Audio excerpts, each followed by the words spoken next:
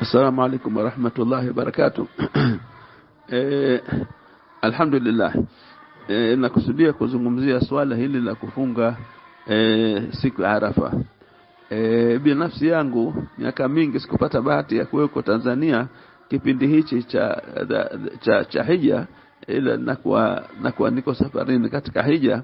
Kwa hivyo mwaka huu niko hapa na nimekaa itikafu msikitini, nimepata muda mzuri sana siku 3 nzima ya kulitafiti swala hili na kutazama ukweli uko wapi.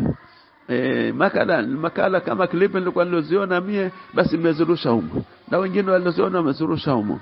Nimezitazama, lakini muhimu zaidi nimetazama swala lenyewe na kutazama hasa ukweli uko wapi na haki iko wapi.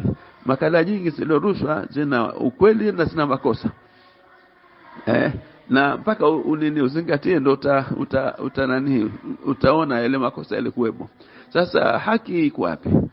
Haki kwanza ni kweli kwamba Mtume sallallahu alaihi wasallam alikuwa akifunga siku hizi 9 za mwanzo mpaka 6 kabla ya kufaradhishwa hija. Mtume alikuwa akifunga sawa sawa. Sasa baada ya kufaradhishwa hija ndio kauli yake sasa ilipokuja hii ya kwamba mtu atakayefunga siku ya Arafa atafutiwa dhambi zake za mwaka mmoja uliopita na mwaka ujao. Kwa hivyo neema kama hii ya miaka miwili kufuta dhambi zote kwa kufunga siku moja, hii ilikuja baada ya kufaradhishwa hija.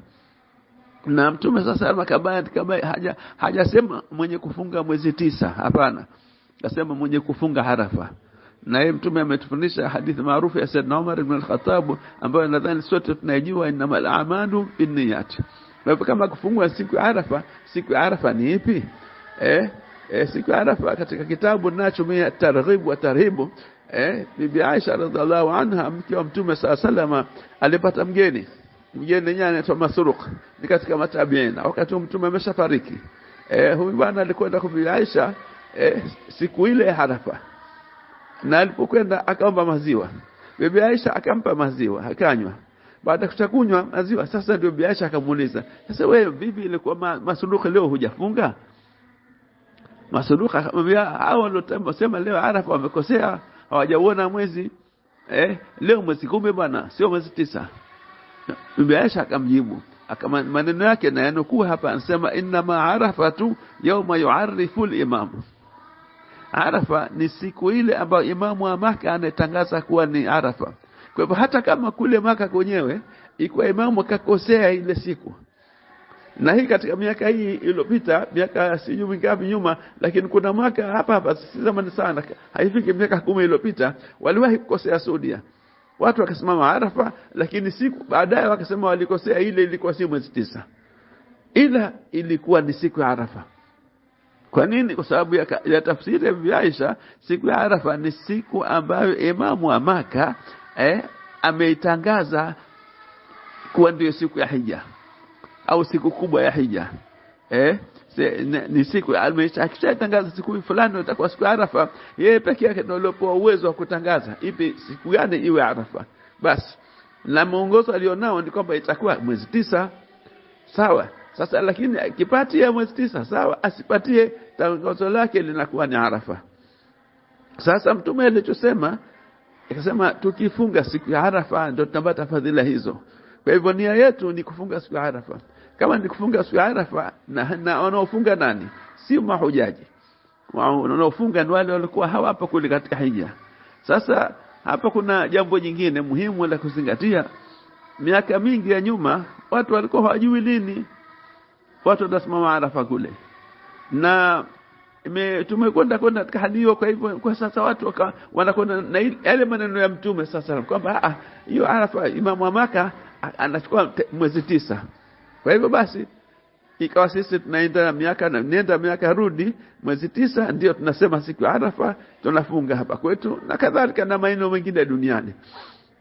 Sasa imefika wakati sasa tunajua kama leo kwa hakika, kwa mawasiliano sahihi ya radio, bali hata ya television na simu, kwamba leo ndio siku ya Arafa au kesho ndio siku ya Arafa. Ndio watu watakwenda katika viwanja vya Arafa wakasimame kama ilivyoelekeza dini.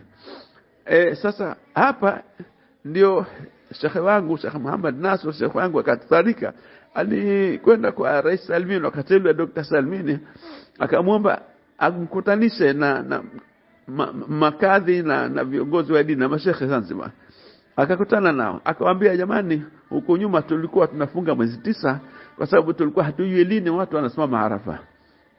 Sasa hivi tunajua hasa lini wanasimama Arafa, na hadithi inatutaka sisi tufunge siku ile ambayo watu kule wamesimama, kwa sababu ile ndio pekee yake ndio inaitwa siku ya Arafa.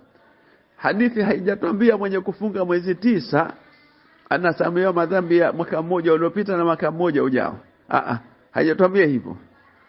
Kwa hivyo pamoja na kujua kama Mtume alikuwa akifunga mwezi 9, lakini bado tukifuata hadithi na inna mal a'malu binniyati, basi inabidi tufunge siku ile ambayo watu wanasimama kule, kwa sababu ndio siku ya Arafa. Kwa hivyo ndugu zangu, kwa maana hiyo sasa hapa ndipo penye ukweli ambao umenithibitikia mwisho wa utafiti wangu wote huu, kwamba la siku ya kufungwa ni siku ya Arafa, bila kujali hata ukiwa kwa Marekani. Hichi alichosema Mohamed Batu hapa na yeye amekosea. Nasema hiyo itakuwa hawajapata bahati. Hapana, ikiwa Arafa ni Ijumaa, hata kama ile Ijumaa wameianza mwanzo kama watu wa Japani, bado siku ile Ijumaa ndio watafunga, kwa sababu ndio siku ya Arafa. Ikiwa Arafa ni siku ya Ijumaa, ina maana si mwezi 9, lakini siku ambayo watu wanasema Arafa, wakijua siku hiyo, basi hiyo ndio itakuwa siku ya Arafa, hata kama kwao siku imetangulia. Au wale nyuma kama Marekani, hata kama ile siku imeshaanza huku inamalizika Saudi, wao ndio kwanza wanaianza, bado watajua kama ni siku ya Arafa, watu wamesoma Arafa, basi watafunga na watapata fadhila hizo. Hakuna atakayenyimwa. Alikasema Mailbatu kama itakuwa bahati mbaya, hapana, hilo si sahihi vile vile. Kwa hivyo ukweli ni kwamba tunatakiwa tufunge siku ya Arafa, Waislamu wote duniani, na hilo Mwenyezi Mungu atusaidie tufunge na tupate fadhila hizo. Sasa ile ya mwezi 9 ilikuwepo kabla ya kufaradhishwa hija. Sasa hivi ukisema ufunge mwezi 9, itakuwa unafunga siku ya sikukuu, na siku ya sikukuu ya Eid al-Hajj ni haram kufunga. Kwa hivyo ile sasa hivi itakuwa inafutika, haipo tena. Madhalu shafunga siku ya Arafa Ijumaa, kwa mwaka huu ni Ijumaa, basi Jumamosi hatutaweza kufunga, kwa sababu Jumamosi itakuwa ni siku ya kuchinja, siku ya Eid. Hata kama serikali haitambui hivyo, basi tunyamaza kimya, tutakuwa hatusali Eid, tutaakhirisha kusali Eid, lakini tunaweza lakini tuchinje, kwa sababu ndio siku ya kuchinja Jumamosi. Alafu Eid tusali Jumamosi pamoja, Jumapili pamoja na watu wengine wote wa nchi, kwa sababu Eid unaweza hata ukasali siku ya mbele yake, ila kuchinja inabidi tuchinje ile Jumamosi, siku ya nani hii, kuepusha itilafu na nini na ugomvi na nini, basi tunyamaze katika misikiti. Itaposaliwa kiserikali Eid na sisi tutasali, ila huku nyuma tushachinja sisi na siku ya Arafa tumefunga. Wallahu wa rasuluhu alam. Kwa hivyo nashauri huu sasa ndio mwisho conclusion yangu. Baada ya utafiti wa siku 3, conclusion yangu ni kwamba wanaosema tufunge kwa kufuata Saudia, kwa hii hija ni sahihi, ama kwa Ramadhani si sahihi. Kwa hija ndio sahihi. Kwa sababu nini? Kwa sababu hija imeteuliwa pahala pamoja tu duniani. Ramadhani haijateuliwa pahala. Kwa hivyo kila mmoja anafunga Ramadhani kwa kuona mwezi wake. Hakuna mwezi wa pahala maalum unaofuatwa. Lakini hija tutafuata pahala pamoja, na ndio hiyo naona ndio imethibiti baada ya utafiti wangu wa siku 3. Mwenyezi Mungu aniongoze na tuongeze sote. Wallahu rasul alam. Nimeona nikubainisheni nyenye ndugu zangu, haya anotaka haya, anaona sivyo, basi vile sawa. Sawa. Mtu atizame akili yake lipi limemthibitikia zaidi. Ila ajue kwamba akifunga siku nyingine atakuwa hajafunga siku ya Arafa, atakuwa amefunga mwezi 9, na hoja ya mwezi 9 imeshaanguka, haipo tena. Imeangushwa na nini? Imeangushwa na huko kufunga Arafa. Wallahu rasul